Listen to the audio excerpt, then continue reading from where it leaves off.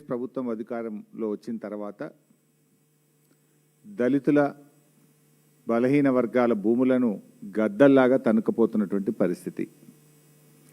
అది ఎక్కడ చూసినా, రాష్ట్రంలో ఏ మూలకు చూసినా ఎస్సీ ఎస్టీలు బలహీన వర్గాల భూముల మీద కన్నుబడి అధికారాన్ని అడ్డం పెట్టుకొని వేల కోట్ల రూపాయలు ఇలా దండుకుంటున్నటువంటి పరిస్థితి అనేక సందర్భాల్లో కనబడతా ఉంది.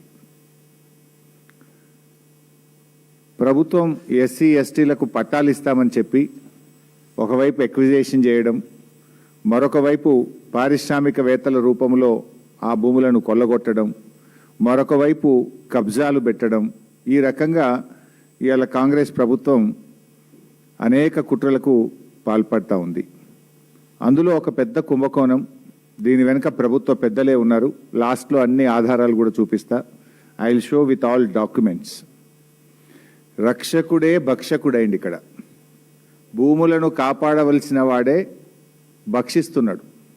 ఎట్లా భక్షిస్తుండో అన్ని ఆధారాలు కూడా బయట పెడతాం. ఈ స్కామ్ అంతా ఇంత కాదు, 7,000 కోట్ల రూపాయల స్కామ్. హైదరాబాద్ నడుబొడ్డున 7,000 కోట్ల రూపాయల భూ కుంభకోణానికి ఈ ప్రభుత్వ పెద్దలు దాంట్లో భాగస్వాములు. ఈ భూములు నాదర్గుల్ భూములు. ఈ భూములకు చాలా చరిత్ర ఉంది.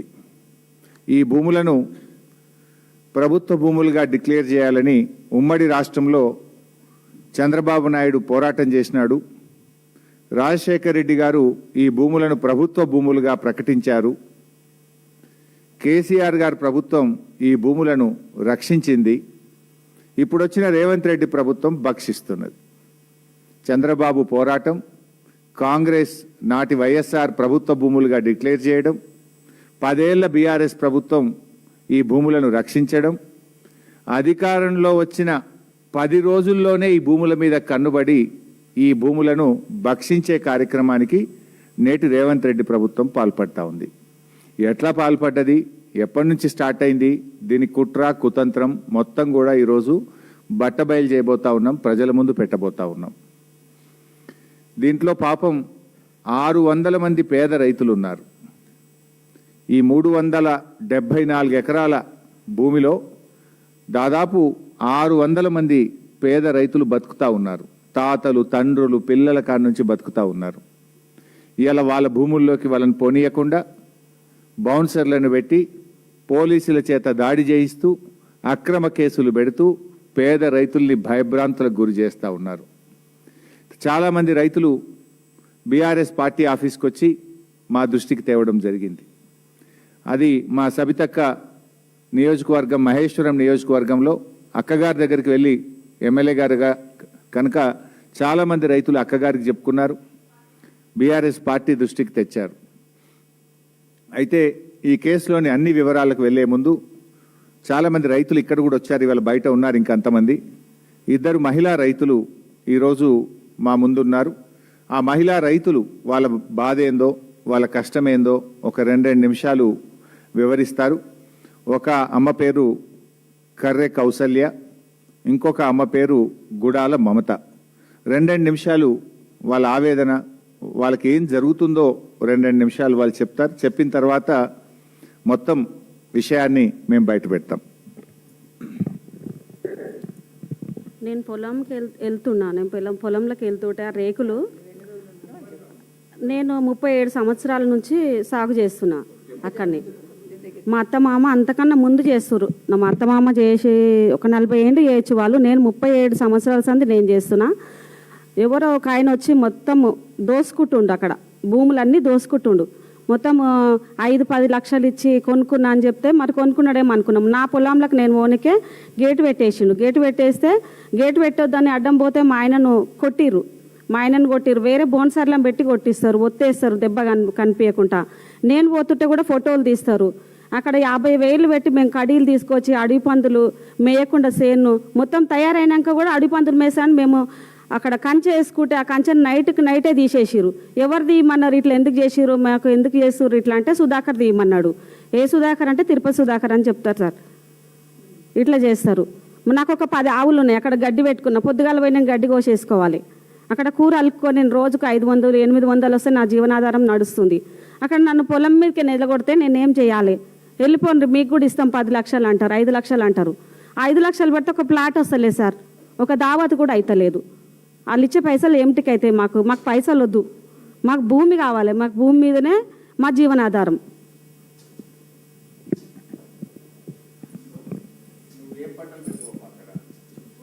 కూరలు పోస్తా సార్, పచ్చకూరలు పోస్తా. ఆవులు ఉన్నాయి, 10 ఆవులు ఉన్నాయి. గడ్డి పెట్టినా, ఇప్పుడు గడ్డి కూడా ఉంది. పోనీయకుండా 10 నిమిషాలు ఆగాలి సార్. గేట్లు పెట్టేసుకురు, లాక్ వేసుకుంటారు, చుట్టూ ఫెన్సింగ్ పెట్టిరు, పోనిస్తలేరు.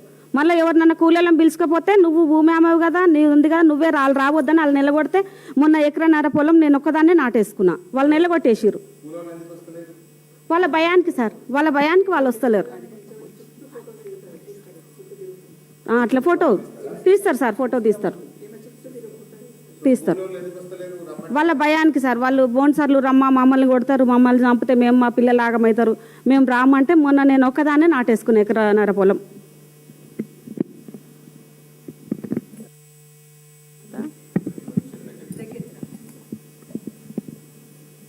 మా మామ పేరు జంగయ్య, మా ఆయన పేరు గుడాల బాబు. మేము మా అత్త మా మామ కందులు జొన్నలు 70 ఏళ్ళ నుంచి ఉన్నాము మేము భూమి మీద. నా పెళ్ళై 20 సంవత్సరాలు. నేను వచ్చినాక కూడా మొన్న దాకా 3 సంవత్సరాల దాకా వేసినాం పొలము. మా తాన మేము ఇట్లా వాళ్ళు రేకులు వాతుతారని మేము ఏం చేసినామంటే అది ఒక ఫోటోలు వీడియోలు కూడా తీసుకున్నాం. ఎందుకంటే ఇల్లు కబ్జా మీద కూర్చుంటాటురు, చుట్టుముట్టు మొత్తం రేకులు వాతేస్తురని మాకు భయం అయింది. అట్లా అని ఒక ప్రూఫ్ కోసమని చేసినాము. కానీ ఇప్పుడు నిన్న మొన్న మళ్ళీ వర్షాలు పడతాయి, కందులో జొన్నలో పుంటిత్తులు అలుపుకుందామని పోతే మా ఆయనను లోపలికి రానిస్తలేరు. నువ్వు ఒకసారి రా అని నన్ను కూడా పోతే ఆడవాళ్ళని పెట్టి కూడా రౌడీ షీట్లను పెట్టి కూడా మొత్తం ఇది చేసిర్రు. మాకు భయం అవుతుంది, నేను పోను, మళ్ళీ నువ్వు ఉన్న వాళ్ళని పొలం కోసం మా ఆయన ప్రాణాన్ని కూడా తీసుకుంటా అని చెప్తుండు. కానీ వద్దులే, ఎవరితోనన్నా మాట్లాడదాము, ఎంత కాడికైతే అంత కాడికి అవుతుంది అనేసి అనుకున్నాం. కానీ మాకు ధైర్యం చాలతలేదని ఇప్పుడు మేడం దగ్గరకు వచ్చినాం అందరం కలిసి. ఎట్లా చేస్తారో అని మాకు కేసు కూడా పెట్టిరు సార్, మా ఆయన మీద ఒకసారి కేసు పెట్టిరు. ఇప్పుడు దుందాము, అది మొత్తం పొలం అంతా సాఫ్ చేసుకుందాం అనుకుంటే అసలు సాఫ్ చేయనిస్తలేరు సార్. ఇప్పుడు మే నెలలో వర్షాలు పడతాయి, అందులో వేస్తాం మేము ప్రతి సంవత్సరం. ఇప్పుడు 3 సంవత్సరాల నుంచి భూమిని ఇప్పుడు మేము మా మామ చేసింది సార్. నా పెళ్ళి కాకముందు నుంచి మా మామ ఇప్పుడు 70 ఏండ్లు ఉంది సార్. నా పెళ్ళి ఇప్పుడు 25 సంవత్సరాలు అవుతుంది సార్. నువ్వు కూడా చేసిన, మా మామ చేసిన, మా అత్త చేసి సార్. కుంటి కూర కాదులు అన్నీ పండించారు. కానీ ఇప్పుడు మాత్రం రాణిస్తలేరు సార్. గేట్ కాడికి పోయినా కానీ వాళ్ళు పోలీసులు పోలీసులకు ఒక ఫోన్ చేయాలని మాకు ముందు వాళ్ళే పోలీసులే ఉంటుంది సార్. అసలు ఆడపట్ల పోలీసులు పేదలకు సహాయం చేయాలి కానీ వీళ్ళు వాళ్ళకు సహాయం ఎందుకు చేస్తారో నాకు అర్థం కాలేదు సార్. ఒకసారి పోలీసులతో కూడా నేను గొడవ పడ్డా సార్. అంటే నువ్వు ఈ నుంచి నువ్వు అసలు మాట్లాడకంటే నేను కరెంటు వైరు పట్టుకుంటా, నా పొలం కోసం నేను పానమన్న తీసుకుంటా, కానీ నా పొలంలోకి వెళ్ళి నువ్వు దున్ననిస్తలేరని అంటే సరే అని ఆమెను వదిలేసేయని అప్పుడు ఫోన్ చేసిరు సార్. సుధాకర్కు ఫోన్ చేస్తే నన్ను లోపలికి కొనిచ్చిర్రు, ట్రాక్టర్ లోపలికి కొనిచ్చిరు సార్ పోయిన సంవత్సరం. ఇప్పుడు 2 సంవత్సరాలు అవుతుంది సార్ దున్నక. సుధాకర్ చెప్పినట్టే పోలీసు వాళ్ళు వింటారు సార్. అన్నీ ఉన్నాయి సార్, మోటార్ లేదు కానీ వర్షాలకు పండిస్తాం సార్. మాకైతే లేదు, మాకుంది సార్. మాకున్నది సార్, బోర్ వేసుకున్నాం మేము. బోర్ వేసుకొని కూడా ఇప్పుడు 38 సంవత్సరాలు అవుతుంది సార్. బోర్ వేసుకున్నాం మేము, బోర్ వేసుకున్నాము. అప్పటి నుంచి వరి పండిస్తాం మేము. ఆవులు తెచ్చుకొని దాంట్లో మీద పచ్చగూరలతోటే బతుకుతా సార్. మొన్న పంట కోద్దామంటే గేట్లకేం రానియలేదు సార్, చిన్నగా ఉంది గేటు. ఆ గేటు పెడితే ఎక్కడ మన రాగన్నగూడ నుంచి అవతలకేని తెస్తే అక్కడ నుంచి వాగు వచ్చింది. వాగు వస్తే ఒక 1 నెల రోజులు వాగు మిషన్ రానియలేదు. ఆ 1 నెల రోజులలో నా చేనంతా ఖరాబ్ అయిపోయి 40 సంచులు అయ్యేటివి 25 సంచులు అయినాయి సార్. పడదు సార్, అది పడదు. మాకు అప్పట్లో కాంగ్రెస్ ప్రభుత్వము మాకు ఇచ్చింది బతుకమని మా మామకి ఇచ్చిర్రంట. కాంగ్రెస్ ప్రభుత్వము మా మామకి ఇస్తే మేము దాంతోటే బతుకుతున్నాం. ఇప్పుడు ఇయ్యాలని కోరుతున్నాం సార్. ఇప్పుడు అవి ఇయ్యాలనే మేము కొట్లాడుతున్నాం సార్. సార్ మేడం దగ్గరకు అందుకే వచ్చినాం.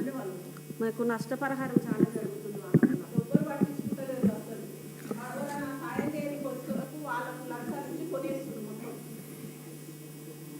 థ్యాంక్ యూ అమ్మా. సో విన్నారు, రైతుల బాధ ఏందో విన్నారు. చాలామంది ఇంకా రైతులు బయట కూడా ఉన్నారు, ఇక్కడ కుర్చీ ఉండదని ఇద్దరిని మాత్రమే తీసుకున్నాం. సో బేసికల్లీ ఈ భూములకు చాలా పెద్ద చరిత్ర ఉంది. నేను ప్రెస్ మీట్ అయిన తర్వాత కూడా మీకు అన్ని డాక్యుమెంట్స్ ఇస్తాను. ఇంకా వివరంగా ఏదైనా క్లారిఫికేషన్ కావాలంటే కూడా మీడియా మిత్రులకు నేను ఇస్తాను. ఈ నాదర్గుల్ భూములకు సంబంధించి ఇది చాలా ఏళ్ల నుంచి పోరాటం జరుగుతూ ఉంది. నాదర్గుల్ భూములు శివరాజ్ బహదూర్ అనేటువంటి వ్యక్తి ఈ భూములు తనకు చెందినవిగా నిజాం నుంచి తనకు వచ్చినట్టుగా మరి శివరాజ్ బహదూర్ గారు ఈ భూములను చాలా సంవత్సరాల నుంచి క్లెయిమ్ చేస్తూ ఉన్నారు. అయితే శివరాజ్ బహదూర్ గారికి సంబంధించి మరి వేరియస్ కోర్ట్స్లో కేసులు జరుగుతూ ఉండే. 2005 సంవత్సరంలో ఈ కేసుకు సంబంధించి అప్పటి ఆర్డీఓ గారు రంగారెడ్డి జిల్లా కోర్టులో ఏం చెప్పారంటే, further RDO stated that no declaration under land ceiling laws were also filed by the petitions and this land belongs to government అని 2005లో కూడా చెప్పారు. తర్వాత 2007లో ఈ ల్యాండ్కు సంబంధించి అప్పుడు ప్రతిపక్ష నాయకులుగా ఉన్న చంద్రబాబు నాయుడు లెటర్ ఇది. 2007లో చంద్రబాబు నాయుడు ఉమ్మడి ఆంధ్రప్రదేశ్లో రాజశేఖర రెడ్డి గారు ముఖ్యమంత్రి, చంద్రబాబు నాయుడు ప్రతిపక్ష నాయకుడు. ఇది చంద్రబాబు నాయుడు రాసిన లేఖ, అప్పటి ముఖ్యమంత్రి రాజశేఖర రెడ్డి గారికి చంద్రబాబు రాసిన లేఖ. ఈ ల్యాండ్ గవర్నమెంట్ ల్యాండ్ అని, ఈ ల్యాండ్ మరి కొంతమంది మరి కబ్జా పెట్టే ప్రయత్నం చేస్తున్నారు, ఈ భూమిని కొట్టేసే ప్రయత్నం చేస్తున్నారు, ఈ భూమిని కాపాడాలని ఆనాడు చంద్రబాబు నాయుడు పోరాటం చేసిండ్రు. ఆ భూముల దగ్గరికి వెళ్ళారు, ఆయన పెద్ద ఎత్తున పోరాటం చేసి అప్పుడు ముఖ్యమంత్రి గారికి రాసిన లేఖ ఇది. ఆ తర్వాత 2008లో డాక్టర్ వైఎస్ రాజశేఖర రెడ్డి గారు ఈ భూమిని ప్రభుత్వ భూమిగా నిర్ణయిస్తూ ఈ భూమిని ఆంధ్రప్రదేశ్ ఇన్ఫ్రాస్ట్రక్చర్ కార్పొరేషన్కి ఇచ్చారు. ఆంధ్రప్రదేశ్ ఇన్ఫ్రాస్ట్రక్చర్ కార్పొరేషను యూనిటెక్ అనేటువంటి ఒక కంపెనీకి కూడా కొంత భూమిని అలొకేట్ చేయడం జరిగింది. ఆ తర్వాత 2015 సంవత్సరంలో అంటే వేరియస్ కోర్టులో కేసులు జరిగి 2015లో సుప్రీంకోర్టులో ప్రభుత్వం ఓడిపోయి ఈ భూమి శివరాజ్ బహదూర్కు చెందిన భూమిగా 2015లో సుప్రీంకోర్టు ఆర్డర్ ఇచ్చింది. 2015లో సుప్రీంకోర్టు ఆర్డర్ ఇస్తే న్యాచురల్గా మన రాష్ట్రంలో ల్యాండ్ సీలింగ్ యాక్ట్ ఒకటి అమల్లో ఉంది. ల్యాండ్ సీలింగ్ యాక్ట్ ప్రకారంగా ఒక వ్యక్తి ఇన్ని ఎకరాల భూమి కలిగి ఉండడానికి లేదు. సో ఈ 373 ఎకరాలు ఒక వ్యక్తికి ల్యాండ్ సీలింగ్ యాక్ట్ ప్రకారంగా ఉండదు. అయితే 2015లో సుప్రీంకోర్టు ఈ భూమి శివరాజ్ బహదూర్కు చెందిన భూమిగా సుప్రీంకోర్టు చెప్తే 2016లో శివరాజ్ బహదూర్ కొంతమందికి ఈ భూమిని అమ్మడం జరిగింది. ఆల్ఫా అనే కంపెనీ, యునైటెడ్ అనే కంపెనీ, ఒమేగా అనే కంపెనీలకు 50 ఎకరాల చొప్పున ఈ భూమిని అమ్మాడు. ఆ కంపెనీలు ఆర్డీఓ దగ్గరికి వెళ్ళి మాకు ల్యాండ్ కన్వర్షన్ చేయండి అని 2016లో బీఆర్ఎస్ ప్రభుత్వం ఉన్నప్పుడు దరఖాస్తు పెట్టుకున్నారు. అప్పుడు 2016లో ఉన్నటువంటి ఆర్డీఓ గారు అసలు ఈ భూమి మీకు అమ్మడం తప్పు, ల్యాండ్ సీలింగ్ యాక్ట్ ప్రకారంగా ల్యాండ్ డిక్లరేషన్ జరగకుండా, సీలింగ్ డిక్లరేషన్ జరగకుండా ఈ భూమిని అమ్మే హక్కు రాజ్ బహదూర్కు లేదు, ఈ క్రయ విక్రయాలు చెల్లవు అని చెప్పి ఈ భూమిని 22A అంటే ప్రభుత్వ నిషేధిత జాబితాలో ఈ భూమిని పెట్టడం జరిగింది. 22Aలో పెట్టి ఈ భూమిలో ఎలాంటి క్రయ విక్రయాలు చెల్లవు, ఇది ల్యాండ్ సీలింగ్ యాక్ట్ పరిధిలోకి వస్తుందని 2016లో బీఆర్ఎస్ ప్రభుత్వం నిషేధిత జాబితాలో ఈ భూముల్ని పెట్టడం జరిగింది. దాని మీద వీళ్ళు హైకోర్టుకు పోయినారు. ఆర్డీఓ గారు మాకు భూములు కన్వర్షన్ చేయమంటే చేయలేదు, మా భూమిని మేము కొనుక్కున్న దాన్ని నిషేధిత జాబితాలో పెట్టారని వీళ్ళు హైకోర్టుకు పోయినారు. హైకోర్టులో 12 ఫిబ్రవరి 2020న హైకోర్టు చాలా స్పష్టంగా ఏం చెప్పిందంటే, ఆర్డీఓ గారి నిర్ణయం సరి అయినటువంటి నిర్ణయం, ఆర్డీఓ గారు చెప్పిన ప్రకారంగా ల్యాండ్ సీలింగ్ యాక్ట్ ప్రకారంగా ఈ భూమి అమ్మడానికి వీల్లేదు అని చెప్పి ఆర్డీఓ గారి నిర్ణయం మీద సింగిల్ బెంచ్ హైకోర్టు ఏ రోజంటే 12 ఫిబ్రవరి 2020. ఏం చెప్పింది ఆ హైకోర్టు అంటే, in either of the contingencies unless such declaration is filed and proceedings are concluded, no transaction should take place in the land, and any such transaction would amount to contravention of the provisions of the Act, and in such a case, it can also result in initiation of prosecution against the owner of the land. ఈ భూమిని అమ్మడం తప్పు. ఒకవేళ అమ్మి ఉంటే అమ్మిన owner మీద criminal చర్యలు తీసుకోవాలి అని కూడా హైకోర్టు చెప్పింది. సో ఆర్డీఓ గారి నిర్ణయాన్ని హైకోర్టు సమర్థించింది. తర్వాత సింగిల్ బెంచ్ ఆర్డర్ మీద ఈ రాజ్ బహదూర్ అండ్ ఈ కొనుక్కున్న వాళ్ళు డివిజన్ బెంచ్కు పోయారు హైకోర్టుకు. డివిజన్ బెంచ్ 13/10/2022 13/10/2022 సంవత్సరంలో ఆర్డీఓ చేసింది correct, single bench judgement correct, వీళ్ళు అమ్మడానికి లేదు, ఇది ప్రభుత్వ భూమి, ఇది నిషేధిత భూమి కింద పెట్టడం సరి అయినటువంటి నిర్ణయము అని చెప్పి డివిజన్ బెంచ్ కూడా హైకోర్టు స్పష్టంగా చెప్పింది. సో డివిజన్ బెంచ్ కూడా ఏం చెప్పిందో కూడా ఒక లైన్లో చెప్తా. అంటే డివిజన్ బెంచ్ ఈ సింగిల్ బెంచ్ ఆర్డర్ను కన్ఫర్మ్ చేసింది. డివిజన్ బెంచ్ కూడా మాట్లాడుతూ పారా 12లో ఏమంటదంటే, and if any transaction of transfer of the land without filing a declaration or declared null and void under section 17 of the land reforms act. Land reform act section 17 కింద మీరు land ceiling declaration ఇవ్వకుండా RDO గారు, అంటే RDO is the authority, LRT RDO is the custodian. So ఆ tribunal order లేకుండా మీరు భూమి అమ్మితే అది చెల్లదు, నల్ అండ్ వైడ్, చిత్తు కాగితాలతో సమానము అని డివిజన్ బెంచ్ కూడా స్పష్టంగా హైకోర్టు ఏ రోజు ఇచ్చిందంటే division bench 13/10/2022. So division bench order ఇచ్చిన తర్వాత వీళ్ళు సుప్రీంకోర్టుకు పోయినరు. సుప్రీంకోర్టుకి ఎప్పుడు పోయినరు అంటే 2/9/2023. ఇప్పుడు ఆ మ్యాటర్ సుప్రీంకోర్టులో పెండింగ్లో ఉంది. సుప్రీంకోర్టు ఎలాంటి స్టే కూడా ఇవ్వలేదు. ఇన్ఫ్యాక్ట్ సుప్రీంకోర్టులో ఏం జరిగిందో కూడా చెప్తా. సుప్రీంకోర్టులో ఇది రాష్ట్ర ప్రభుత్వం వేసినటువంటి అఫిడవిట్. రాష్ట్ర ప్రభుత్వం ఆర్డీఓ గారు సుప్రీంకోర్టులో వీళ్ళు వెళ్తే అఫిడవిట్ వేసినారు. జగదీశ్వర్ రెడ్డి ఆర్డీఓ కందుకూరు. ఈయన ఆర్డీఓ గారు సుప్రీంకోర్టులో వేసినటువంటి కేసులో కూడా ఏం చెప్పిండు అంటే, ఇది ఆర్డీఓ గారి దాంట్లో నుంచే నేను చదువుతున్న పారా 15. ఏమంటాడు, shall seized and vested absolutely in the state free from all encumbrances act గురించి చెప్తూ, under the provisions of this act the entire land vest with the government free from all encumbrances unless any occupancy right certificates are issued under the provisions of this act. As per the available records, no such occupancy right certificates were issued in favor of any person. As such, the land is treated as government land. As such, the land is treated as government land. And ఎవరు చెప్పిండ్రు? మన RDO గారు సుప్రీంకోర్టులో వేసిండ్రు. ఎవరు పోయింది సుప్రీంకోర్టుకు?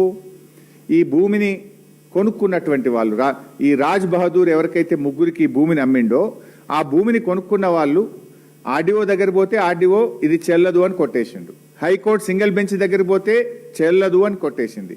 High court division bench దగ్గర పోతే చెల్లదు అని కొట్టేసింది. సుప్రీంకోర్టుకు పోయి స్టే అడిగితే సుప్రీంకోర్టు స్టే ఇవ్వలేదు.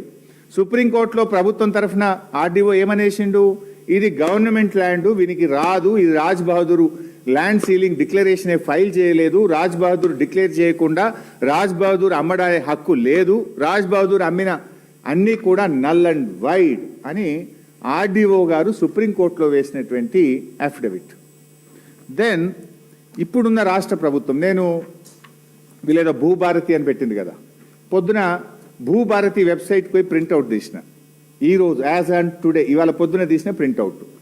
భూభారతి వెబ్సైట్లో ఈ ల్యాండ్ గురించి ఏం చెప్తున్నారు, రంగారెడ్డి జిల్లా బాలాపూర్ మండల్ నాదర్గుల్ గ్రామము, సర్వే నంబర్ పాతది 613, కొత్తది 119, 373 ఎకరాలు government land.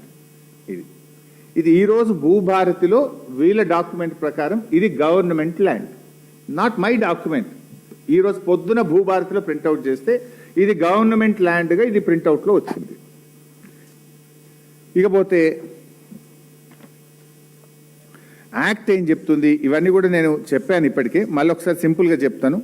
Section land ceiling act అనేటువంటిది ఇది, this is the land ceiling act. ఇది తెలంగాణ ల్యాండ్ సీలింగ్ యాక్ట్. ఇది దిస్ నాట్ మై స్టోరీ, ఇది 1973లో వచ్చినటువంటి ల్యాండ్ సీలింగ్ యాక్ట్. ఈ ల్యాండ్ సీలింగ్ యాక్ట్ ప్రకారంగా సెక్షన్ 8 ఏం చెప్తుందంటే, ఎవరైనా రైతు సెక్షన్ 8 ప్రకారంగా 50 ఎకరా, అంటే ఒక్కొక్క జిల్లాలో ఒకటి ఉంది, మహబూబ్ నగర్, రంగారెడ్డి, మెదక్ 54 ఎకరాలు ఉన్నట్టుంది, ఆదిలాబాద్ పోతే 70 ఐ థింక్. సో ఎవరైనా అంతకు మించిన ల్యాండ్ కలిగి ఉంటే వెంటనే తను డిక్లరేషన్ ఇవ్వాలి అని సెక్షన్ 8 చెప్తుంది. సెక్షన్ 18 కూడా ఏం చెప్తుంది, ఎవరైనా కొనుక్కున్నా తను కూడా కొనుక్కోవడం ద్వారా వచ్చిన భూమి కూడా సెక్షన్ 18 ప్రకారంగా ల్యాండ్ సీలింగ్ డిక్లరేషన్ ఇవ్వాలి. సెక్షన్ 17 ల్యాండ్ సీలింగ్ యాక్ట్ ఏం చెప్తుంది అంటే, ఎవరు కూడా ల్యాండ్ సీలింగ్ డిక్లరేషన్ కాకుండా భూమిని అమ్మరాదు, గిఫ్ట్గా ఇవ్వరాదు, ఎక్స్చేంజ్ కింద తీసుకోరాదు, తీసుకుంటే కూడా అది చెల్లని చిత్తు కాగితంతో సమానము, it is null and wide అని ల్యాండ్ సీలింగ్ యాక్ట్ సెక్షన్ 17 కూడా చెప్తుంది. సెక్షన్ 19 ల్యాండ్ సీలింగ్ యాక్ట్ కూడా ఏం చెప్తుందంటే, ఏదైనా రిజిస్ట్రేషన్స్, సేల్ డీడ్స్ ఏదైనా జరిగితే కూడా అవేవి కూడా చెల్లవు. ఆ రిజిస్ట్రేషన్స్, సేల్ డీడ్స్ ఏదైనా చేయాలంటే కూడా డిక్లరేషన్ ఉంటేనే చేయాలి తప్ప చేయడానికి వీల్లేదు అని చెప్పి కూడా సెక్షన్ 19 కూడా చాలా స్పష్టంగా చెప్తుంది. ఇవన్నీ రూల్స్, నియమ నిబంధనలు. కానీ వీటికి భిన్నంగా ఏం జరిగిందో ఇప్పుడు నెక్స్ట్ చెప్తా. ఇకపోతే మనకు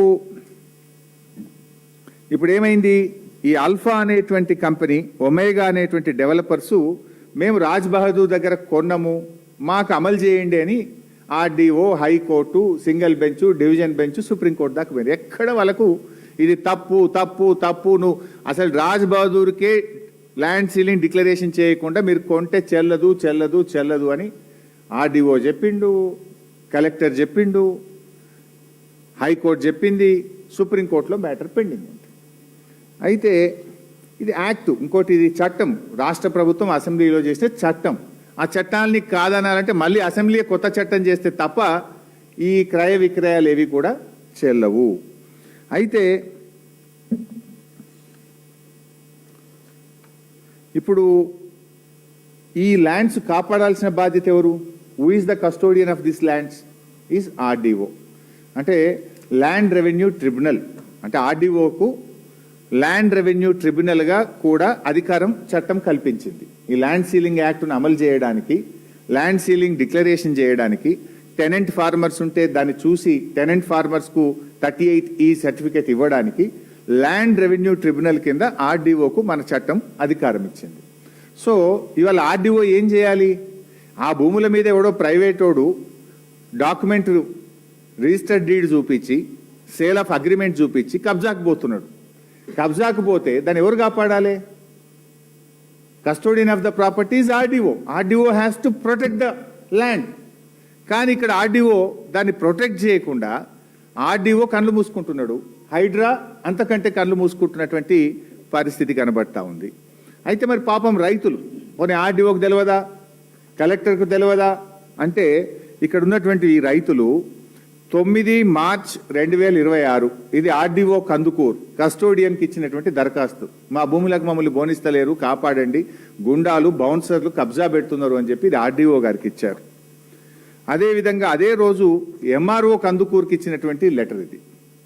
దెన్ కలెక్టర్ రంగారెడ్డి గారికి కూడా, ఇగో మా భూముల్లో మాకు రాణిస్తలేరు, గుండాలు కబ్జా పెడుతున్నారు అని ఇది కలెక్టర్ గారికి ఇచ్చిన దరఖాస్తు. 10వ తారీఖు నాడు, 10 మార్చి నాడు ఇది హైడ్రాకి ఇచ్చినటువంటి దరఖాస్తు. హైడ్రా హైడ్రా అని రేవంత్ రెడ్డి డైలాగులు కొట్టాడు కదా, ఆ హైడ్రా దగ్గరికి పోయి కూడా ఇగో మా భూములకు మమ్మల్ని బోనిస్తలేరు, గుండాలు వచ్చి అక్రమంగా భూమిని కబ్జా పెడుతున్నారు, గోడలు కడుతున్నారు, ఫెన్సింగ్ చేస్తున్నారు, ఇనుప రేకులు పెడుతున్నారు అని కూడా హైడ్రాకి ఇచ్చినటువంటి దరఖాస్తు. సో ఇవన్నీ జరుగుతుంటే, సో ఇది ఇందాక నేను చెప్పిన చట్టాలు కూడా సరే, ఈ ల్యాండ్ సీలింగ్ చట్టం ఆఫ్ కోర్స్, ఇవన్నీ జరుగుతుంటే ఎందుకు ప్రభుత్వం మౌనంగా ఉంటుంది? Now I will coming to the crux. ఇప్పుడు యాక్చువల్గా జరుగుతుంది ఏంది? ఇవాళ ఒకటి మాత్రం క్లియర్, ఆనాటి ఇందిరమ్మ రాజ్యం ఈ పేదలాడ వ్యవసాయం చేసుకోవడానికి అవకాశం ఇచ్చింది. ఈనాటి రేవంత్ రెడ్డి రాజ్యం ఆ భూములను కబ్జా చేస్తుంది. నాటి కాంగ్రెస్ ఇచ్చింది, నేటి రేవంత్ కాంగ్రెస్ ఈ భూములను కబ్జా పెడుతుంది. విషయం ఏంది? ఇప్పుడు బీఆర్ఎస్ 10 ఏళ్ళు గవర్నమెంట్లో ఉంది. బీఆర్ఎస్ 10 ఏళ్ళు గవర్నమెంట్లో ఉన్నప్పుడు ఎవడు ఈ భూముల మీదకి ఎందుకు రాలేదు? ఏ బౌన్సర్లు, ఏ గుండాలు, ఏ కంపెనీలు ఆ భూమి మీదకి వచ్చే ధైర్యం ఎందుకు చేయలేదు? బీఆర్ఎస్ గవర్నమెంట్ పోంగనే, రేవంత్ రెడ్డి రాగానే ఈ కబ్జాలు, గుండాలు ఎందుకు వస్తున్నారు ఈ భూమి మీదకి? ఆ భూమి అమ్మినోడు ఆ రోజు రాలేదు ఎందుకో, మరి కేసీఆర్ ఉన్నప్పుడు ఎందుకో రాలేదు? బీఆర్ఎస్ గవర్నమెంట్ ఉన్నప్పుడు ఏ గుండాగాడు, ఏ కబ్జా చేసినోడు, ఏ రియల్ ఎస్టేట్ కంపెనీ కూడా ఆ భూముల మీదకి రాలే కదా. ఇవాళ కాంగ్రెస్ వచ్చినాకనే, రేవంత్ రెడ్డి వచ్చినాకనే ఎందుకు వస్తున్నది అంటే దొంగ లెవెలో అర్థమైపోతుంది. దీని వెనుక దొంగ లెవెల్ అంటే ప్రభుత్వ పెద్దలే దొంగలు. అవి కూడా ఇప్పుడు బయట పెడతా, లాస్ట్లో పెడతా. అంటే యాక్చువల్గా మొత్తం ముందు రేకులు పెట్టిండ్రు, రేకులు పెట్టి మళ్ళా గ్రనైట్ రాళ్లతోని ప్రహరీ గోడ కూడా కడుతున్నారు. ప్రహరీ గోడ కడుతుంటే రైతులు పోయి అడ్డుకున్నారు. నమస్తే తెలంగాణ పత్రికలో పెద్ద ఎత్తున వార్తలు వచ్చినాయి. అల్లరైతుంటే అప్పుడు ప్రహరీ గోడ ఆగింది. మధ్యలో ఇప్పుడు ఆగింది, సగం కట్టిండ్రు, ప్రహరీ గోడ కట్టిండ్రు, రేకులైతే పెట్టిండ్రు, చుట్టూ గేట్లు పెట్టిండ్రు, తాళాలు పెట్టిండ్రు, బౌన్సర్లు పెట్టిండ్రు. రైతులు పోయి గొడవ చేయగానే రైతులకు సాయం చేయాల్సిన పోలీసులు కబ్జాదారులకు సాయం చేస్తున్నారు, గుండాలకు సాయం చేస్తున్నారు.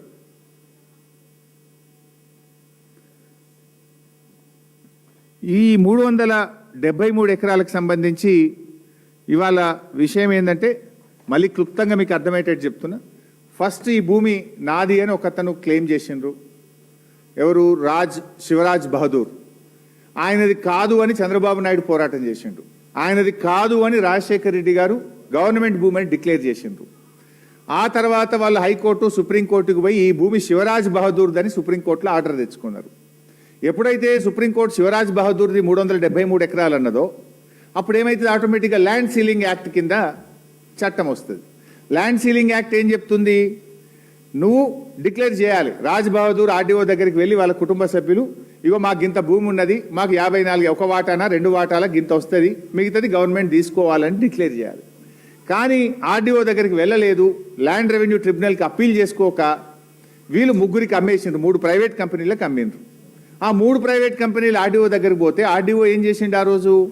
ఈ భూమి అమ్మడం నేరము, ల్యాండ్ సీలింగ్ యాక్ట్ భూమి అమ్మడానికి అనుమతించదు, ఈ భూమి తప్పుడుగా అమ్మింది కనుక ఇది గవర్నమెంట్ భూమి, ప్రొహిబిటెడ్ ల్యాండ్లో పెడుతున్నాము అని చెప్పి అప్పటి ఆర్డీఓ కందుకూర్ ప్రొహిబిటెడ్ లిస్ట్లో పెట్టినారు. ఆ రోజు నుంచి ఇవాళ భూభారతి ఓపెన్ చేస్తే కూడా అది గవర్నమెంట్ ల్యాండ్ అని ఇవాళ రికార్డులో కూడా ఉన్నది. తర్వాత ఆర్డీఓ రిజెక్షన్ మీద హైకోర్టు సింగిల్ బెంచ్ ఆర్డీఓ నిర్ణయం కరెక్ట్ అన్నది, హైకోర్టు డివిజన్ బెంచ్ ఆర్డీఓ నిర్ణయం కరెక్ట్ అన్నది. దాని మీద సుప్రీంకోర్టుకు పోతే ఈ నిమిషానికి సుప్రీంకోర్టులో కేసు పెండింగ్లో ఉన్నది. సుప్రీంకోర్టు ఎటువంటి స్టే కూడా ఇవ్వలేదు. స్టే ఇవ్వలేదు అంటే high court judgement stands good. High court judgement stands good అంటే ఆర్డీఓ ఈ భూములను నిషేధిత భూములుగా పెట్టింది, స్టాండ్స్ గుడ్. ఈ నిమిషానికి అది RDO is the custodian of the land, land belongs to government. కానీ అక్కడ ఏం జరుగుతుంది? అలా చుట్టూ ఫెన్సింగు, చుట్టూ బౌన్సర్లు, ఆడ రోజుకొక బోర్డు వెలుస్తూ ఉంది. ఆ బోర్డుల సంగతి చెప్తా. ఇది land belongs to so and so అంటుంది. ఎట్లయితుంది అది? హైకోర్టు చెప్పింది కదా, సర్వోన్నత న్యాయస్థానం చెప్పింది కదా, ఆర్డీఓ చెప్పింది కదా, కలెక్టర్ చెప్పింది కదా, భూభారతిలో ఇది ప్రభుత్వ భూమని ఈ రోజు కూడా చూపిస్తున్నది కదా. మరి ఎందుకు దీన్ని కాపాడతలేరు అంటే రక్షకుడే భక్షకుడైంది కనుక ఎట్లా పోతాడు? స్వయంగా రెవెన్యూ మంత్రి భూముల వెనుక ఉంటే రెవెన్యూ మంత్రి కింద ఉండే చిన్న అధికారి ఆర్డీఓ ఆ భూములను ఎట్లా కాపాడతాడు? How can he save? How? ఆయనకు ధైర్యం ఎక్కడొస్తుంది? అయితే ఇప్పుడు ఈ హైడ్రా కథ, జీవో 99 కింద రేవంత్ రెడ్డి హైడ్రా తెచ్చిండు. ఏమంటాడు రేవంత్ రెడ్డి? మొన్న కూడా మీరు చూసింది, అసెంబ్లీలో మాట్లాడుతుండు, నా కుటుంబ సభ్యులు తప్పు చేసిన, రెవెన్యూ మంత్రి తప్పు చేసిన ఎవరిని వదిలా అంటాడు. మరి ఎందుకు ఇది హైడ్రా కళ్ళు మూసుకుంటుందా? ఇది గవర్నమెంట్ భూమి అయితే హైడ్రా ఎందుకు కళ్ళు మూసుకుంటుంది? నచ్చితే నజరానా, లేదంటే జరిమానా. పేదవాడికో న్యాయం, పెద్దోడికో న్యాయం. పేదల ఇండ్లు కూర్చడానికి ఉరికురికి పోతుంది హైడ్రా. శనివారం ఆదివారం పోయి కూలగొడుతుంది, ఆదివారం చూసుకొని కోర్టు లేనప్పుడు పోయి కూలగొడుతుంది. మరి ఇక్కడ 374 ఎకరాలు, 7,000 కోట్ల రూపాయల భూమి, ఈ భూమి కాపాడడానికి హైడ్రాకి ఎందుకు మనసు వస్తలేదు? ఎందుకు హైడ్రా కళ్ళు మూసుకుంటున్నది? హైడ్రాకు స్వయంగా పేద రైతులపై దరఖాస్తు ఇస్తే కూడా హైడ్రా పట్టించుకోదా? రోజు పత్రికల్లో పుంఖాలుగా వస్తుంటే కూడా హైడ్రాకు వినబడతలేదా? హైడ్రాకు కళ్ళు కనబడతలేవా? దరఖాస్తు ఇస్తే కళ్ళు కనబడవు. రోజు పుంఖాలుగా సోషల్ మీడియాలో పత్రికల్లో వార్తలు వస్తే హైడ్రాకు వినబడదు. అంటే పేదోడుకో న్యాయం, పెద్దోడుకో న్యాయమా? హైడ్రా ఎందుకు స్పందించదు? రేవంత్ రెడ్డి డైలాగులు అసెంబ్లీలో కొట్టినావు కదా, ఎవరిని వదిలా, నా తమ్ముడిని వదిలా, పొంగులేటిని వదిలా. మరి ఇళ్ళెందుకు వదిలిపెడుతున్నావు? ఈడ 7,000 కోట్ల వెనుక మీరు ఉన్నారు కనుకనే వదిలిపెడుతున్నారు. Why are you not acting on this? ఎట్లా ఈ నిమిషానికి అక్కడ బౌన్సర్లు ఉన్నారు? ఇప్పుడు ఆ మహిళా రైతులు చెప్పిండ్రు, నా బాయి కాడికి, నా పొలం కాడికి నన్ను బోనిస్తలేరు, పోతే నా భర్తను బౌన్సర్లు పిసికి ఒత్తి పడేసిండ్రు. నా భర్త ఒక నెల రోజుల దాకా మంచం మీదకి వెళ్ళి లేవలేదు అని చెప్పి ఏడ్చుకుంటూ ఆ చెల్లె చెప్తా ఉంది. ఎట్లా బోనియరు వాళ్ళను? తాతలు ముత్తాతలు తండ్రుల నుంచి వాళ్ళు భూముల కాడికి పోయే భూముల దగ్గరికి వాళ్ళని బోనియని పరిస్థితి జరుగుతాయి. అసలు ఈ రాష్ట్రంలో హైదరాబాద్లోనే గూండాలు పోలీసులు మిలాఖపత్ అయిపోతే ఇంకా పేదవాడికి న్యాయం ఎక్కడిది? ఇవాళ ఎంత దుర్మార్గం అంటే, ఇవాళ హైడ్రా కమిషన్కు వాళ్ళు దరఖాస్తు ఇచ్చి దండం పెట్టి వస్తే కూడా స్పందిస్తలేరు. ఆర్డీఓ పట్టించుకోడు. వాస్తవానికి ఆర్డీఓ క్రిమినల్ యాక్షన్ తీసుకోవాలి. RDO is the custodian of this land. ఈ భూమిని కబ్జా చేస్తే ఆర్డీఓ గారు ఏం చేయాలి?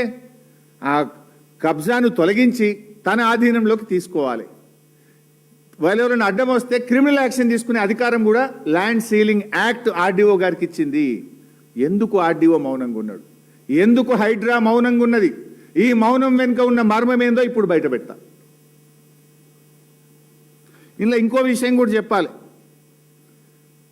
ఈ భూముల్లో ఈ 374 ఎకరాల్లో ఎందుకు చెప్తున్నది అంటే, రేవంత్ రెడ్డి పెద్ద పెద్ద డైలాగులు దంచుతుంటాడు. మేము చెరువులు కాపాడినాం, ఇక మా అంత మంచిగా చెరువులు ఎవడు కాపాడనే లేదు, నేను ఉద్ధరిస్తున్నా, పీక్ పడగొడుతున్నా అంటాడు రేవంత్ రెడ్డి. ఆ సంగతి కూడా చెప్పాలి. ఇప్పుడు ఈ 374 ఎకరాల్లో లచ్చమ్మకుంటున్నది ఒకటి. ఈ భూమి మధ్యలో లచ్చమ్మకుంటున్నది. ఈ లచ్చమ్మకుంట FTL 17 ఎకరాలు, 6 ఎకరాలు బఫర్ జోన్, అంటే మొత్తం 23 ఎకరాల చెరువు ఉన్నది. ఆ 23 ఎకరాల చెరువు కింద 150 ఎకరాల ఆయకట్టు ఉన్నది. ఇప్పుడు ఈ కంపెనీలు ఏం చేస్తున్నాయి? అసలు ఈ కంపెనీలకు హక్కే లేదు. ల్యాండ్ సీలింగ్ యాక్ట్ ప్రకారం there is no right for any sale deed or any agreement, any land purchase sale deed. ఆ కంపెనీలు ఏం చేస్తున్నాయి? ఇప్పుడు ఆ లచ్చమ్మకుంట చెరువుకు ఉండేటువంటి ఫీడర్ ఛానల్స్ అన్ని ధ్వంసం చేశారు. మొత్తం ఆ చెరువులోకి నీళ్ళు వచ్చే ఫీడర్ ఛానల్ను ఎక్కడికక్కడ మూసివేసిండ్రు. అయినా ఇప్పుడు ఈ నిమిషానికి పోతే కూడా లచ్చమ్మకుంట చెరువులో నీళ్లు ఉన్నాయి. వర్షపు నీరంతా అలాగే పోతుంది. ఇప్పుడు ఇయాలపై చూస్తే కూడా లచ్చమ్మకుంట చెరువులో నీళ్లు ఉన్నాయి. వాడు మొత్తం ఫీడర్ ఛానళ్లు బంద్ పెట్టి లచ్చమ్మకుంట చెరువులకు నీళ్లు పోకుండా చేసి ఇవాళ కబ్జా చేస్తే, మరి చెరువులు కాపాడతారని హైడ్రా కమిషనర్ రంగనాథ్ ఎందుకో కళ్ళు మూసుకున్నాడు. ఏం రంగనాథ్, నీకు చెవులు వినబడతలేవా? ఇప్పుడు నేను అడుగుతున్నా, రేపు పొద్దుగాలవా? నువ్వు పోతావా, నేను పోవాలా? నువ్వు పోకపోతే నేను పోతా రేపు పొద్దుగాల, మా ఎమ్మెల్యేలను తీసుకొని, మా పార్టీ పోతుంది. ఆ రేకులది, ఆ కాంపౌండ్ వాళ్ళు పడగొట్టు, చెరువును పునరుద్ధరించు, చెరువు ఫీడర్ ఛానల్ సరిచేయి, వాళ్ళందరినీ అరెస్ట్ చేయి. పేదోళ్ళని మాత్రం అరెస్ట్ చేస్తావు, వీళ్ళ తెరువు ఎందుకో పోవు. ఎందుకో ధైర్యం వస్తలేదు మిస్టర్ రంగనాథ్. అయితే ఇక్కడ ఇంకా విషయం ఏంటంటే, లచ్చమ్మకుంట నిండితే ఎక్కడికి పోతాయి? లచ్చమ్మకుంట నిండిన తర్వాత వరద నీళ్లు నాన్ చెరువుకు పోతాయి, మర్రివాణి కుంటకు పోతాయి, అక్కడి నుంచి రెడ్డి కుంటకు పోతాయి, అక్కడి నుంచి సున్నం చెరువు నాలాల పడతాయి. ఆ తర్వాత ఇంజావూరు మాసం చెరువు వరకు ఈ నీళ్లు పోవాలి. ఇప్పుడు మొత్తం బంద్ పెట్టిండ్రు. ఇప్పుడు లచ్చమ్మకుంటకు నీళ్ళు రాణిస్తలేరు. లచ్చమ్మకుంటకేలి నాన్ చెరువు, మర్రివాణికుంట, రెడ్డికుంట, ఇంజావూరు మాసం చెరువు వరకు నీళ్లు పోకుండా ఎక్కడికక్కడ ఫీడర్ ఛానల్ని ధ్వంసం చేసి పడేసిండ్రు.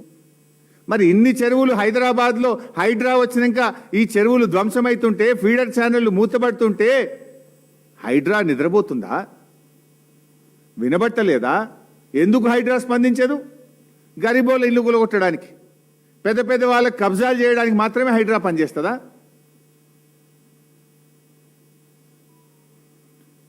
ఇలా ఇంకో విషయం ఉంది. ఇటు చెరువుల కబ్జా, ఇంకో దిక్కు గుట్టల కబ్జా. ఈ 373 ఎకరాల్లో లింగమయ్య గుట్ట, గుగ్గిళ్ళ గుట్ట, కుమ్మరోని బోడు గుట్ట, ఇట్లా చిన్న చిన్న గుట్టలు ఉన్నాయి 3-4. ఈ 373 ఎకరాల్లో 80 నుంచి 100 ఎకరాల గుట్టల్ని ఖతం కాంగ్రెస్ వచ్చింది, గుట్టలు మాయం, దంచిపడేసారు గుట్టల్ని, కోట్లు కోట్లు సంపాదించారు. ఈ 80 నుంచి 100 ఎకరాలల్లా ఒక్క లింగమయ్య గుట్ట బతికింది. దాని మీద దేవుడు ఉన్నాడు కనుక. ఏం దేవుడు ఉంటాడమ్మా? లింగమయ్య దేవుడు, శివుడు. ఆ శివలింగం ఉన్నది లింగమయ్య గుట్ట మీద. ఆ శివుడు కాపాడుకున్నాడు ఆ గుట్టను, లేకపోతే అది కూడా మింగుదురిల్లు. ఆ లింగమయ్య గుట్ట మీద 12 ఎకరాల గుట్ట మీద శివుడు ఉన్నాడు కనుక ఆ శివుడు ఆ గుట్టను కాపాడుకున్నాడు. 12 ఎకరాలు తప్ప మిగతా 80 ఎకరాలు మింగేసిండ్రు. 80 ఎకరాలు మొత్తం గుట్టల్ని మైనింగ్ చేసిండ్రు, గుట్టలను కరగదీసిండ్రు. ఆ రాళ్ళు అమ్ముకున్నారు, మట్టి అమ్ముకున్నారు, కోట్లు సంపాదించింది కొడుకులు. మరి ఈ మైనింగ్ డిపార్ట్మెంట్ ఏం చేస్తుంది? హైడ్రా ఏం చేస్తుంది? ఆర్డీఓ ఏం చేస్తుండు? కలెక్టర్ ఏం చేస్తుండు? 80 ఎకరాల గుట్టలు హైదరాబాద్ నడిబొడ్డున మాయమైపోతుంటే నిద్రపోతుందా నీ గవర్నమెంట్ రేవంత్ రెడ్డి? మాట్లాడితే పెద్ద పెద్ద ఇక ప్రతిపక్షం అడగంగానే a CBI case, CID case, ఎందో ఎంక్వైరీ మా మీద వేస్తావు, కానీ వీటి మీద ఎందుకు చేయవు? ఇందులో ఎంత వాటా ఉన్నది నీకు? వాటా లేకపోతే ఎందుకు ఇవి అడ్డుకుంటలేవు? నువ్వు గుట్టలు మాయమైన అడ్డుకోవు, చెరువులు మాయమైన అడ్డుకోవు, గుండాలొచ్చి గోడలు పెట్టి ఫెన్సింగ్ చేస్తే అడ్డుకోవు. మైనింగ్ డిపార్ట్మెంట్ ఏడబోతుంది మరి? గుట్టలు గుట్టలు రాళ్ళు రాళ్ళు మొత్తం కరగదీస్తురు కదా, తెగ నమ్ముకుంటారు కదా మొత్తం. రెండు ఇది కాంగ్రెస్ వచ్చినాకనే మాయం గుట్టలు. కాంగ్రెస్ వచ్చేదాకా ఎవడు కన్నెత్తి చూడలే. కాంగ్రెస్ రాగానే గుట్టలు మాయం, చెరువులు కబ్జా, భూములు కబ్జా, చుట్టూ కాంపౌండ్ వాళ్ళు పెట్టుడు, రైతులను ఓనియకపోవుడు. అరే వాళ్ళ గొర్రెపిల్లలు పోతుండే పాపం, కొంతమంది యాదవులు ఉంటాడ, గొర్రెపిల్లలు మేకపిల్లలు ఆ గుట్ట మీద పోయి మేస్తుండే. ఇప్పుడు అటాంకలు గొర్రెపిల్లలు ఓనిస్తలేరు, మేకపిల్లల్ని ఓనిస్తలేరు, మనుషుల్ని ఓనిస్తలేరు. ఇప్పుడు మూగ జీవాలను కూడా ఆగం పట్టించారు, మనుషుల్ని ఆగం చేశారు, మూగ జీవాలను కూడా ఆగం పట్టారు.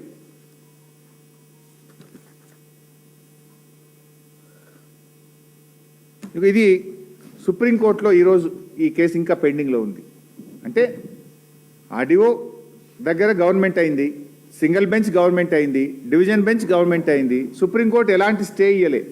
ఇది ఏ జడ్జి గారి దగ్గర ఉంది అంటే సుప్రీంకోర్టులో justice Pankaj Mithal, justice Prasanna B Varale అనే జడ్జిల దగ్గర పెండింగ్ ఉంది. Tentative case may be listed 7th April 2026. ఇవాళ 5 ఎల్లుండి మళ్ళీ కేసు హియరింగ్కి వస్తుంది. గవర్నమెంట్ ఏం చేయాలి? గట్టిగా కొట్లాడి హైకోర్టులో మేమే గెలిచినాం, ఆర్డీఓ దగ్గర గెలిచినాం, ఈడ కూడా మా ల్యాండ్ అని చెప్పి గవర్నమెంట్ కొట్లాడుతుందా, మరి కుమ్మక్ అవుతుందా చూడాలి. దీని మీద స్టే లేదు. స్టే లేనప్పుడు ఏంది? High court judgement is final, that stands good, that is the law of the land.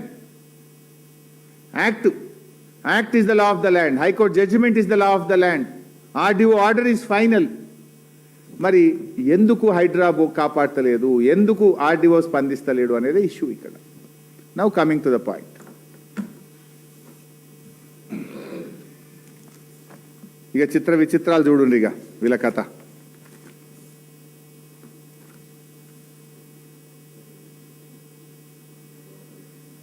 ఆడ చుట్టూ ఫెన్సింగ్ పెట్టినరు, బోర్డులు వేసినారు. ఇది ఫస్ట్ బోర్డు, ఫస్ట్ ఫెన్సింగ్ పెట్టినాక వేసిన ఫస్ట్ బోర్డు. దీని డేట్ చూడాలి. డేటు 13/12/2023. అంటే కాంగ్రెస్ గవర్నమెంట్ వచ్చినాక వారం రోజులకే. 7 తారీఖు గవర్నమెంట్ వచ్చింది, 13 తారీఖు ఫెన్సింగ్ పడ్డది. 7 తారీఖు కాంగ్రెస్ గవర్నమెంట్ వస్తే 13 డిసెంబర్ 2023 నాడు చుట్టూ ఫెన్సింగ్ పెట్టి ఇక్కడ రాసుకున్నారు. ఏం రాసుకున్నారు? This land belongs to Kohinoor group. మరి 10 ఏళ్ళు బీఆర్ఎస్ ఉంటే ఎవడు ధైర్యం చేయలే, ఎవడు ఫెన్సింగ్ పెట్టలే, ఎవడు ఈ భూమి నాదని ఎవడు రాసుకునే ధైర్యం ఆనాడు కేసీఆర్ ప్రభుత్వంలో చేయలే. కాంగ్రెస్ వచ్చిన వారంకే ఫెన్సింగ్ పెట్టిండ్రు. This land belongs to Kohinoor group అని చెప్పి బోర్డు పెట్టిండ్రు. ఇది 13 డిసెంబర్ 2023. తర్వాత 31 మార్చ్ 2026. ఇందులో ఏముంది? This land belongs to MEIL and Shilpa infra. MEIL and Shilpa infra. ఇటు పక్కన ఏమున్నది? Development by MEIL and Shilpa infra. Property belongs to Kohinoor group. Development ఎవరు చేస్తుండ్రు? MEIL and Shilpa infra. Shilpa infra ఎవరిది? శిల్పా ఇన్ఫ్రా ఎవరిది అంటే పొంగులేటి శ్రీనివాసరెడ్డి కొడుకుది. శిల్పా ఇన్ఫ్రా ఎవరిది? రాష్ట్ర రెవెన్యూ మంత్రి పొంగులేటి శ్రీనివాసరెడ్డి కొడుకు గారు డైరెక్టర్గా ఉన్న కంపెనీ. ఇది ఎప్పుడు పెట్టినరు? 30 మార్చ్ 2026. కరెక్ట్గా అదే టైంలో మేము మైనింగ్ స్కామ్ అసెంబ్లీలో తీసినాం 28 తారీఖు. ఏమనుకున్నారో ఏందో మళ్ళా ఇగో 2 తారీఖు నాడు మలిపేసిండ్రు. 2 ఏప్రిల్ 2026. ఇదేమో 31 మార్చ్, ఇది 2 తారీఖు అంటే తెల్లారలేదు మర్నాడు. 31 నాడేమో ఈ భూమి శిల్పా ఇన్ఫ్రాద్ అన్నారు. 2 తారీఖు ఏం చేసిండ్రు? దానికి మళ్ళీ తెల్లటి పెయింట్ కొట్టిరు. పేరు కనబడితే మళ్ళీ ఏమవుతుందో బయటకు వస్తుందేమో అనుకున్నారేమో. 2 రోజుల్లో దానికి సున్నం కొట్టేసిండ్రు, పెయింట్ కొట్టేసిండ్రు. తర్వాత ఇగో ఇది 4 తారీఖు, 4 ఏప్రిల్ 2026 శిల్పా పోయింది, MEAL పోయింది. మళ్ళీ ఏమొచ్చింది? ఇదేందో వచ్చింది జాయింట్ డెవలప్మెంట్ అని చెప్పి కోహినూర్ గ్రూపు ఇంప్లెక్స్ ఇన్ఫ్రా అని మళ్ళీ కొత్త కథ పట్టుకొచ్చింది. ఎందుకు మారుతున్నాయి బోర్డులు? మొన్న కూడా మీరు చూసిండ్రు మైనింగ్ దగ్గర ఏమైంది? రాఘవ కన్స్ట్రక్షన్స్. మా అన్న వాళ్ళు, మా RS ప్రవీణ్ అన్న గారు పోతే తెల్లారి వరకు పెయింటింగ్ పడ్డది. శ్రవణ్ అన్న, RS ప్రవీణ్ గారు పోతే తెల్లారి వరకు పెయింటింగ్ పడ్డది. ఈడ కూడా ఏమైంది? శిల్పా ఇన్ఫ్రా తెల్లారి వరకు పెయింటింగ్, మళ్ళా మర్నాటి వరకు మళ్ళీ కూడా వచ్చేసిండు. ఈ చిత్ర విచిత్రాలు వెనుక అర్థమైతలేదా ఎవరున్నారు? తర్వాత ఇక శిల్పా సంగతి నేను ఎక్కడ ఒట్టిగా మాట్లాడట్లేదు. ఇప్పుడు ఏమన్నారు? శిల్పా ఇన్ఫాటెక్ అని రాసింది ఇక్కడ, శిల్పా ఇన్ఫ్రా అని రాసింది ఇక్కడ. ఇది మేము అందులోకి పోయినాం, ఏది ఆ కంపెనీ యాక్ట్లో పోయి ప్రింట్అవుట్ తీసినాం. ఇది Shilpa infra limited, Shilpa infra limited. ఇందులో ఎవరు డైరెక్టర్లుగా ఉన్నారు? శిల్పా ఇన్ఫ్రా లిమిటెడ్లో ఎవరు డైరెక్టర్లుగా ఉన్నారు చూస్తే సింగిరెడ్డి రమాదేవి, సింగిరెడ్డి చంద్రమోహన్ రెడ్డి రాస్తూ కింద 3వ డైరెక్టరు శిల్పా రాఘవ వెంచర్స్. ఇద్దరేమో పేర్లు ఉన్నాయి, 3వదేమో శిల్పా రాఘవ వెంచర్స్. ఇది 3వది. ఈ శిల్పా ఇన్ఫ్రాలో ఎవరు పార్ట్నర్లు, ఎవరు డైరెక్టర్లు అంటే సింగిరెడ్డి రమాదేవి, సింగిరెడ్డి చంద్రమోహన్ రెడ్డి, అదేవిధంగా Shilpa Raghava ventures LLP. Shilpa Raghava ventures LLP కూడా ఒక డైరెక్టర్ ఈ కంపెనీలో. దెన్ మేము శిల్పా రాఘవ LLPకి పోయినాం. ఇది శిల్పా రాఘవ LLP. దీంట్లో ఎవరు డైరెక్టర్లు అని ప్రింట్అవుట్ తీసినాం. అది అందరికీ యాక్సెసిబుల్, ఇది ఎవరైనా వెళ్ళి ఓపెన్గా చూసుకోవచ్చు, ఇందులో సీక్రెట్ ఏం లేదు. శిల్పా రాఘవ LLPకి పోయి దీంట్లో ఎవరు డైరెక్టర్లు అని తీసినాం. దీంట్లో తీస్తే ఎవరు వెళ్ళినరు అంటే పొంగిలేటి హర్షారెడ్డి, పొంగిలేటి లోహిత్ రెడ్డి, పొంగిలేటి సప్నీ రెడ్డి డైరెక్టర్. ఇంక ఇప్పుడు ఏమర్థమైంది? ఈ భూములకి ఎవరున్నారు? శిల్పా ఇన్ఫ్రా అంటే పొంగిలేటి కుటుంబ సభ్యులు ఈ నాదర్గుల్ భూముల వెనుక ఉన్నారని స్పష్టంగా బట్టబయలైపోయింది. రెండవది, ఇందులో కామన్ డైరెక్టర్ ఉన్నారు. మళ్ళా ఒక 2 పేర్లు, ఏవి? సింగిరెడ్డి చంద్రమోహన్ రెడ్డి, సింగిరెడ్డి రమాదేవి అనే 2 పేర్లు అందులో ఉన్నాయి, ఇందులో కూడా ఉన్నాయి. అంటే దీన్ని బట్టి ఏమర్థమవుతుంది ఈ భూముల వెనుక? అందుకే RDO ఎందుకు కొట్టేస్తలేడు, హైడ్రా ఎందుకు స్పందిస్తలేదు అంటే రెవెన్యూ మంత్రి కుటుంబ సభ్యులే ఈ భూముల వెనుకున్నాక RDO కదులుతాడా? రెవెన్యూ మంత్రి కుటుంబ సభ్యులే ఉన్నాక ఇక పోలీసు వాళ్ళు, ఇప్పుడు అమ్మ చెప్పింది ఏమన్నది, మన కౌసల్య ఏమన్నది? కౌసల్య కానీ మమత కానీ పోలీసు వాళ్ళు వచ్చి మమ్మల్ని బెదిరిస్తుంది సార్, మా మీద కేసు పెడుతుంది సార్ అన్నారు. అంటే భూములు రక్షకులే భక్షకులు అయిపోయింది. రక్షించాల్సిన రక్షకులు కబ్జాదారుల పక్షపాతం వహిస్తున్నారు, కబ్జాదారులకు కొమ్ము కాస్తున్నారు. అందుకే భూములను కస్టోడియన్గా ఉన్న RDO, ల్యాండ్ రెవెన్యూ ట్రిబ్యునల్ చైర్మన్గా ఆ భూములను కాపాడాల్సిన RDO మౌనంగా ఎందుకుంటున్నాడు? పైన రెవెన్యూ మంత్రి గారి కుటుంబ సభ్యులు ఉంటే పాపం చిన్న అధికారి RDO ఏం చేయగలుగుతాడు? ఇది ఒక ఆధారం. ఇప్పుడే నీకు శిల్పా ఇన్ఫ్రాటెక్, శిల్పా రాఘవ వెంచర్స్ లింక్ ఏంది, దీంట్లో ఎవరెవరు డైరెక్టర్లో మీకు చెప్పాను. ఇంకొక లింకు చూపిస్తా. వీళ్ళు మున్సిపల్ కమిషనర్ బడంపేట్కు మేము కాంపౌండ్ వాల్ పెట్టుకుంటామని ఒక దరఖాస్తు పెట్టిండ్రు. ఇది దరఖాస్తు బడంపేట్ మున్సిపల్ కమిషనర్కి పెట్టిన దరఖాస్తు. ఎవరు పెట్టిండ్రు? MBS aqua square realtors private limited. ఈ aqua square realtor private limited అంటోడు ఈ భూమికి నేను కాంపౌండ్ వాల్ పెట్టుకుంటా అనుమతి ఇవ్వండి అని బడంపేట మున్సిపల్ కమిషనర్కు దరఖాస్తు పెట్టాడు. సరే ఇచ్చిండ్రా లేదా నా దగ్గర సమాచారం లేదు, ఇవ్వకూడదు, ఎందుకంటే ఇది గవర్నమెంట్ ల్యాండ్. వాళ్ళు ఏం చేయాలి, ఆర్డీఓని అడగాలి ఈ భూమి ఎవరిదని. ఇప్పుడు ధరణిలో పోయి కొడితేనే అది డైరెక్ట్ గవర్నమెంట్ ల్యాండ్ అని భూభారతిలో ఈ నిమిషానికి కాంగ్రెస్ ప్రభుత్వం పెట్టిన భూభారతిలోనే అది గవర్నమెంట్ ల్యాండ్గా ఉంది. సరే అది సెకండ్ సబ్జెక్ట్. బడంపేట మున్సిపల్ కమిషనర్కు aqua square realtor private limited అనే కంపెనీ నాదర్గుల్లో ఈ 374 ఎకరాలకు మేము గోడ పెట్టుకుంటాం, కాంపౌండ్ వాల్ పెట్టుకుంటాం, మాకు అనుమతి ఇవ్వండి అని దరఖాస్తు పెట్టాం. సరే మేమేం చేసినాము, ఈ aqua square realtors private limited అసలు ఈ కంపెనీ ఎవరిది దీంట్లో డైరెక్టర్ లెవెల్లో చూద్దామని లోపలికి పోయినాం.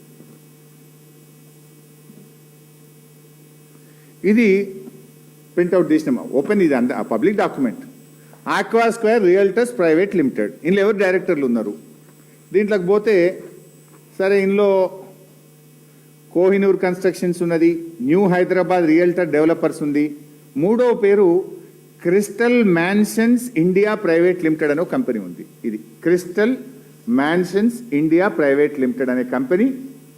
ఈ aqua square realtor private limited ఎవరైతే దరఖాస్తు పెట్టినరో మున్సిపల్ ఆఫీస్లో గోడ కట్టుకుంటామని, ఈ ఆక్వా ఎవరిది అంటే అందులో 3-4 పేర్లలో ఒకటి crystal mansions India private limited అనే కంపెనీ కూడా డైరెక్టర్గా ఉన్నది. సరే అసలు ఈ crystal mansion India private limited ఎవరిది అని మళ్ళీ దాంట్లోకి పోయినాం. ఇది crystal mansion India private limited ఎవరిది అని లోపలికి పోతే దీంట్లో డైరెక్టర్గా పొంగులేటి హర్షారెడ్డి గారు ఉన్నారు అనేది డాక్యుమెంట్ చూపిస్తుంది. అంటే ఇది దిస్ డాక్యుమెంట్ ఈజ్ ఎప్పుడు ఇది 2024లో ఉంటుంది, 24-25. ఇందులో పొంగులేటి హర్షారెడ్డి గారు డైరెక్టర్గా ఉన్నారు. అంటే కాంపౌండ్ వాళ్ళకు దరఖాస్తు పెట్టిన దాని వెనుక కంపెనీలో వీరి పేరు, వీరి సంబంధం కనబడతా ఉంది. తర్వాత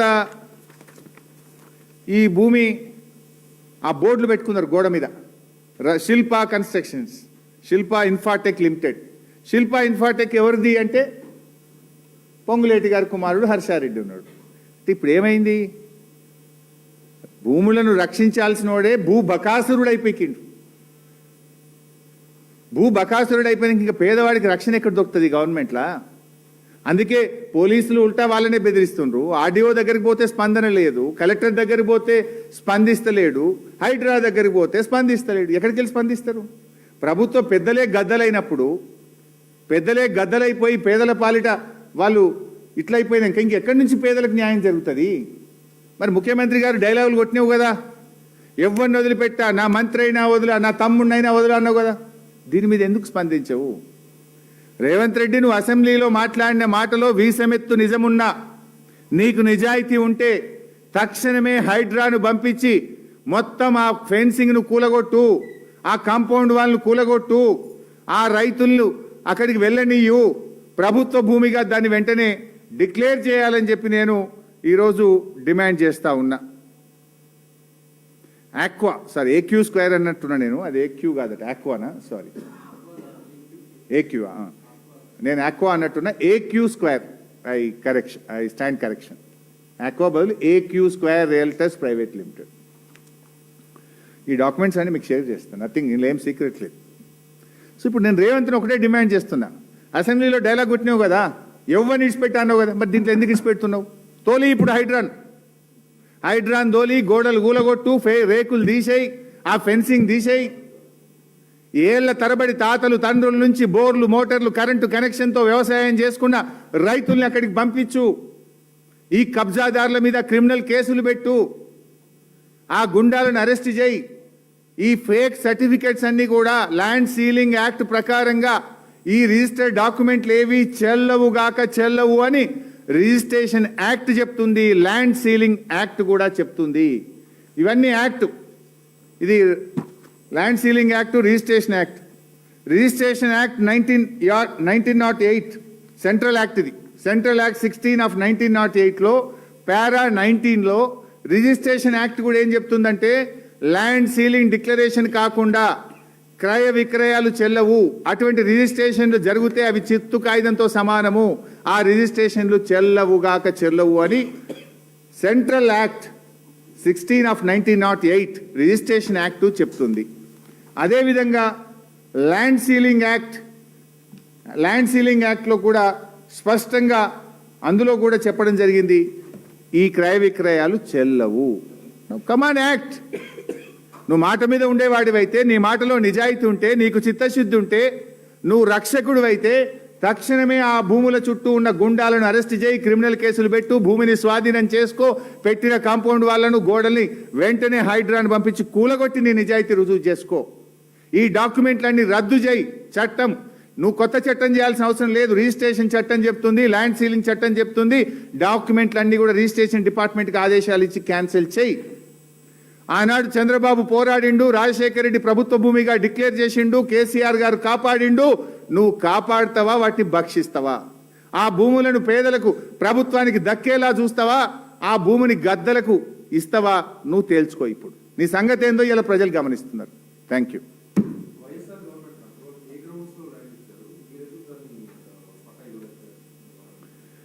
వైఎస్ఆర్ గారు ఆనాడు కాంగ్రెస్ అంటే వాళ్ళకి పట్టాలు అప్పటి 1975 కంటే ముందు తాతలు తండ్రుల నుంచి వాళ్ళు సాగు చేసుకొని బతుకుతున్నారు వాళ్ళు.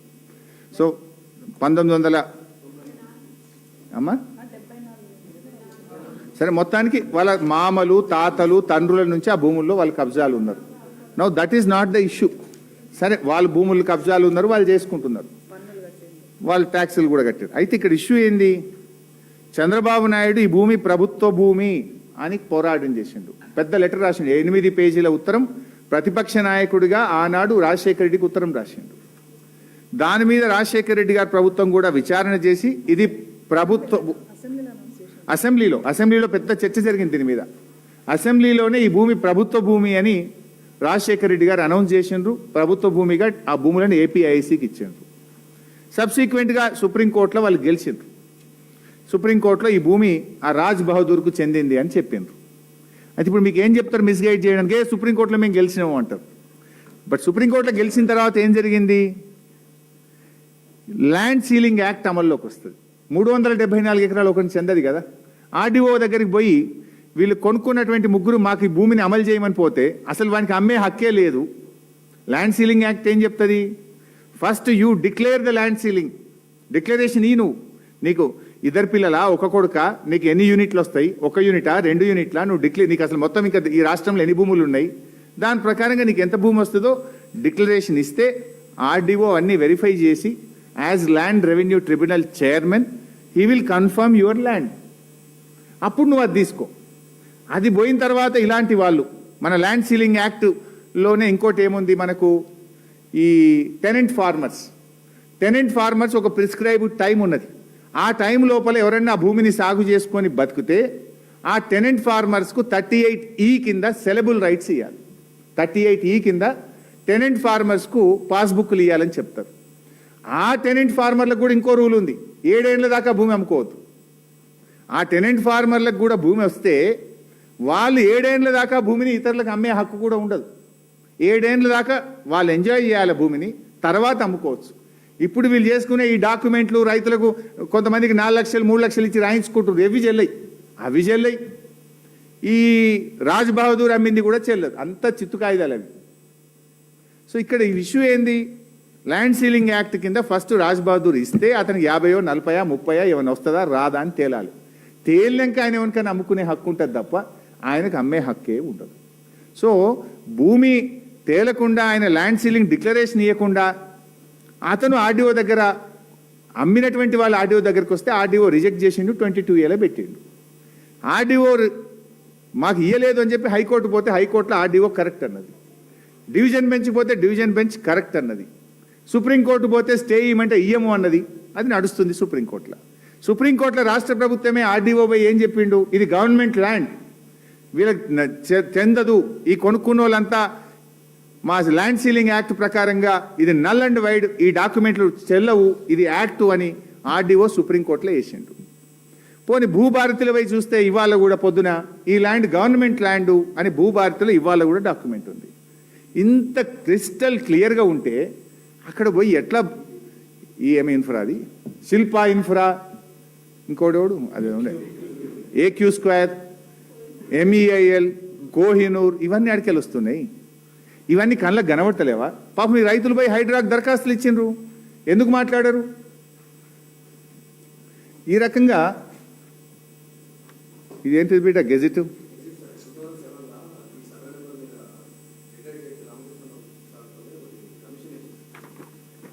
సరే నేను చదివినాక చెప్తలే.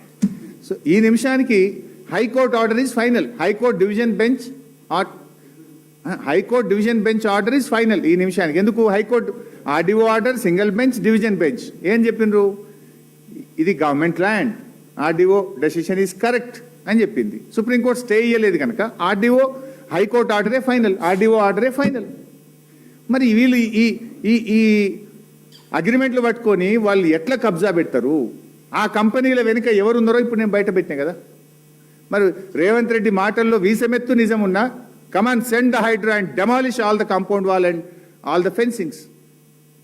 You prove your integrity. నీ నిజాయితీ నిరూపించుకో, లేకపోతే నీకు కూడా అలా వాటా ఉందనుకోవాల్సి వస్తుంది. Thank you.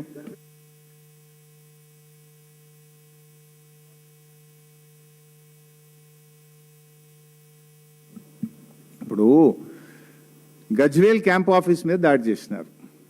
నేను ఏమంటున్నా అంటే, రేవంత్ రెడ్డి బొమ్మ పెట్టుకుంటే బొమ్మలతో పేరు వస్తుందా?